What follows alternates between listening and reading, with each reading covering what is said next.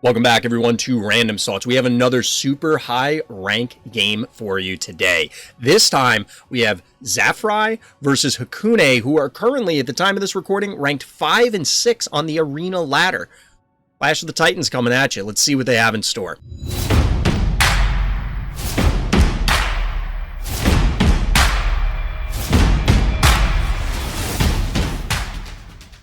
All right, here we go. Another high-level game breakdown. Before we actually get to it, I want to let everybody know that I am, of course, a content affiliate, which means I do get compensation from the Phobies team for, well, creating Phobies content. I do love Phobies, so I'd be doing it anyway. But shout out to them for that. Just wanted to give everybody a heads up so they know what they're getting into. So here we are in Home Sweet Home. In the blue trunks, Zafray. I hope I'm saying their name right. If you're watching this, let me know how to pronounce your name, because I always feel bad when I mispronounce people's name. We get a unicorn and cat opener, which is a departure from the more traditional stabby openers, but we might be seeing an evolution here. I don't know. But on the other side, Hakunay is opening up with stabby and a cat of their own. Now, we do get the more traditional stabby showing up, and we'll see how this plays out. We'll see how this plays out. 1-0 panic point advantage, but we get a Gesundheit out of Hakunay. I've been on record on many occasions that I'm not a huge fan of this particular phobie, or at least it's fallen off for me. I think I just need to level it up, which if we look at this, this is a level 10. How big are the other phobies? 9. This is about a 10. Yeah, 10. I'm starting to recognize the numbers. This is a level 9. Level 9. Yeah, so we're pretty evenly matched here. Neither player is so far displaying that they are overwhelmingly at a stress level advantage. But both players have elected to underdrop, going with a cassowary and the aforementioned Gesundheit, and then we get a jar. So the 4-key phobie has not materialized just yet, and Hakunay is playing this very patiently. Potentially too patiently, but we'll see. 1-0 panic point advantage has still been maintained, but blue player does have double turrets set up. It's going to be difficult to siege this. It's going to be very difficult to siege this. Now, we get a Gonzo Bonzo here. So, initially, I was going to comment that advancing this cat is potentially dangerous.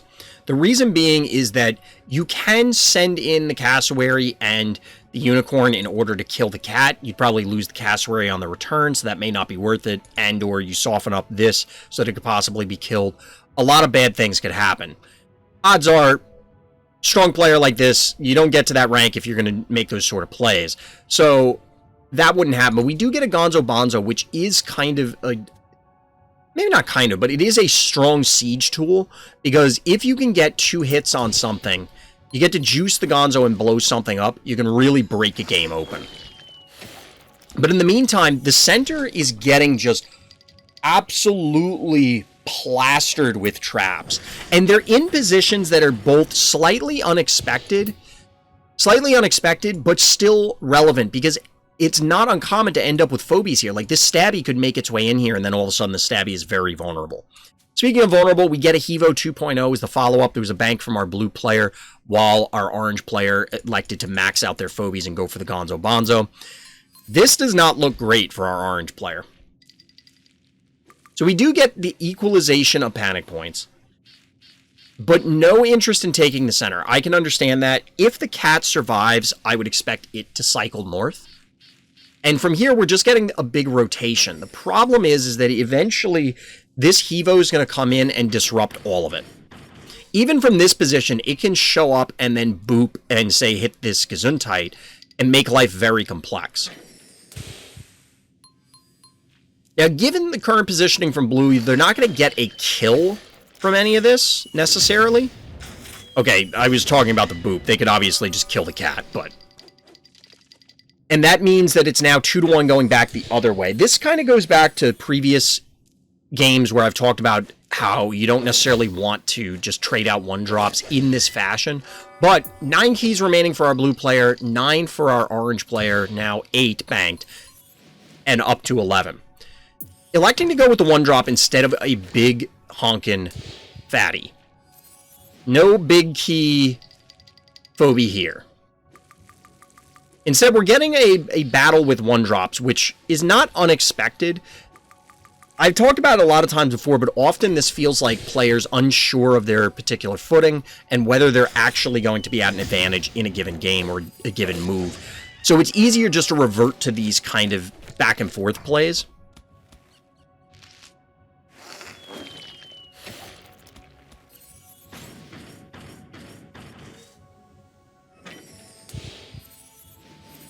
So since no player is in, well, our blue player can't, but neither player could actually. Neither player has the opportunity because of their phobie count to just stage a 1-drop ahead of time to get it ready.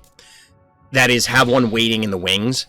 Now our blue player will be at an advantage here, and we're just gonna, looks like we're just gonna trade 1-drops for a while.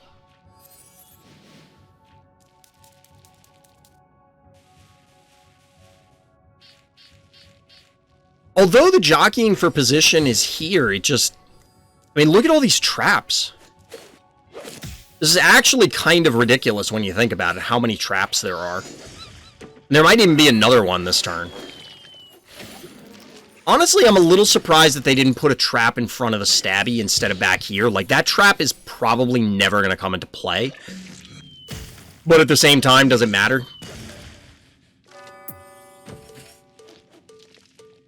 7 keys to 9, 3 more turns remaining.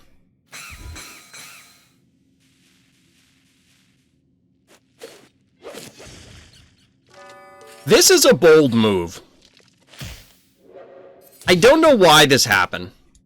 I guess just impatience, but at this point you have to assume that, like, there's got to be a billion traps here, right? That unicorn has been there since turn 1. There's no world in which there aren't a ton of traps. So obviously we're going to see a dead stabby. The pull happens, but is prevented by the unicorn. And we get the follow-up 1-drop. At this point, I'm not sure what Hakunay does. 9 keys remaining to 6. You could continue the 1-key trading game, but I think you've lost that game on the table at this stage, because you can't really fight this.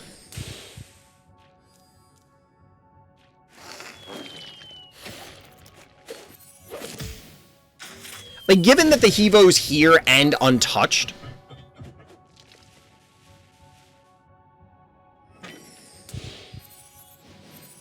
and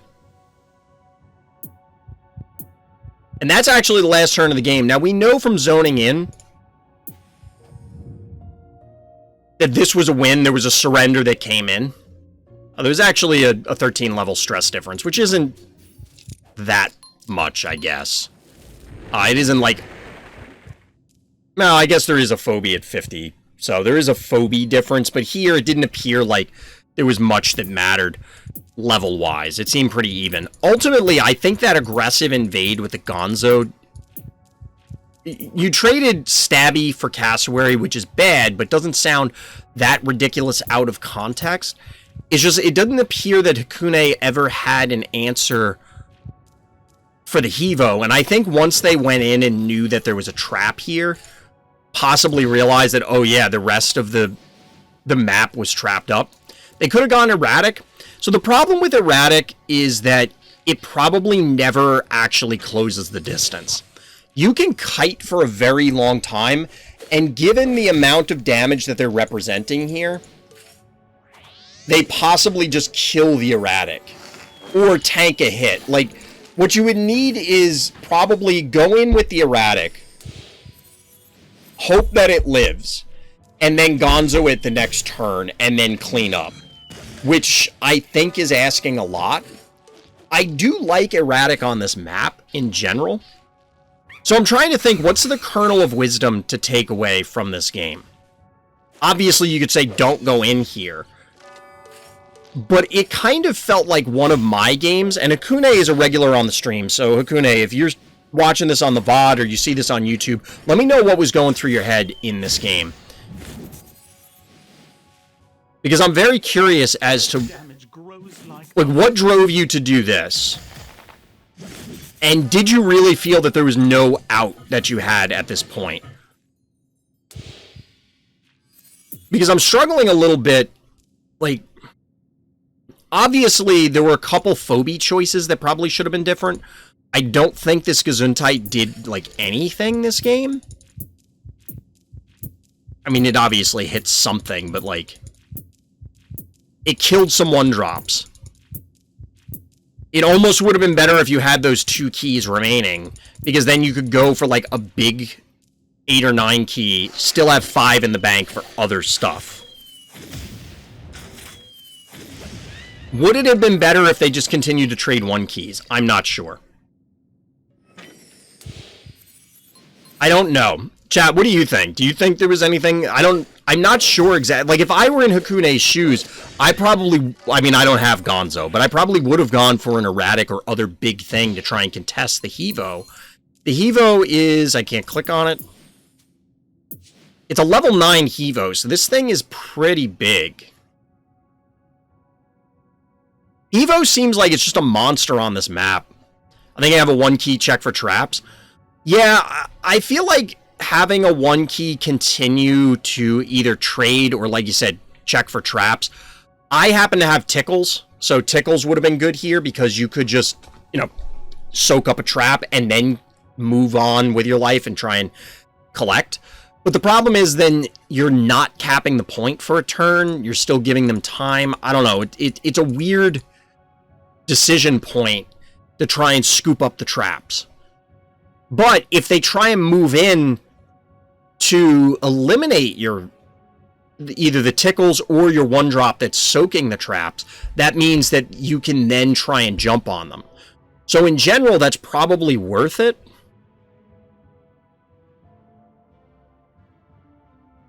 This game feels like it was just played in fear of the Hevo and like, okay, I don't have the forces to fight it.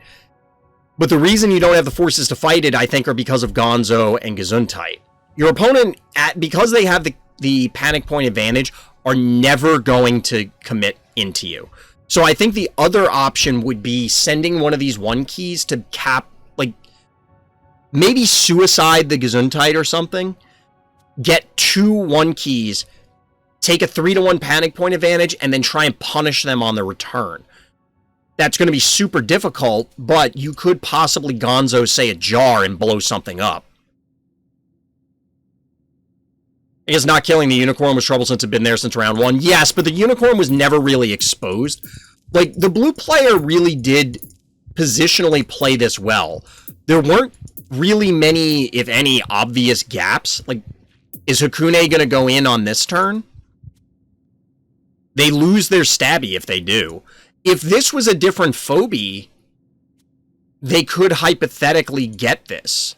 You know, like if there was a jar here instead of this, which I understand underdropping, but this is why I don't like Gesundheit, because it doesn't... The mobility is a problem. It's early enough in the game that you would think, like, this is what? It's Hakunay's turn 3. So you would think that this was deployed early enough that, yeah, it can get in the mix, like, inch its way up, get in there, have an impact. Doesn't look like it ultimately was ever going to. And that's a problem. I mean, there's no other way to put it. So I think it came down to Phobie choice, and I think it came down to, I guess once you realize that you were on the losing end, I understand wanting to go in with the stabby, but it was never... It probably dies... Well, maybe not probably. It doesn't die if there's no trap there. It should live, but it was not supplemented by anything, so you couldn't punish it. Cat Stabby Fire Dog is enough. If the snowball was already on the board, but the thing is that the snowball can't reach this spot if it comes out of the vault this turn. So it would have had to have been on the Gesundheit turn. Yeah, I think it came down to maybe this underdrop with the Gesundheit. The Gesundheit felt like it just didn't do anything. Felt like it did almost nothing. But let me know what you think, YouTube. Let me know down in the comments. Let me know if you want to see more of these or what other content you want to see. That's going to do it for this particular game breakdown. I'm looking forward to doing more of these and, of course, more Phobies all over the stream. But as always, everybody, thank you for listening. Thank you for watching. and Black Lives Matter.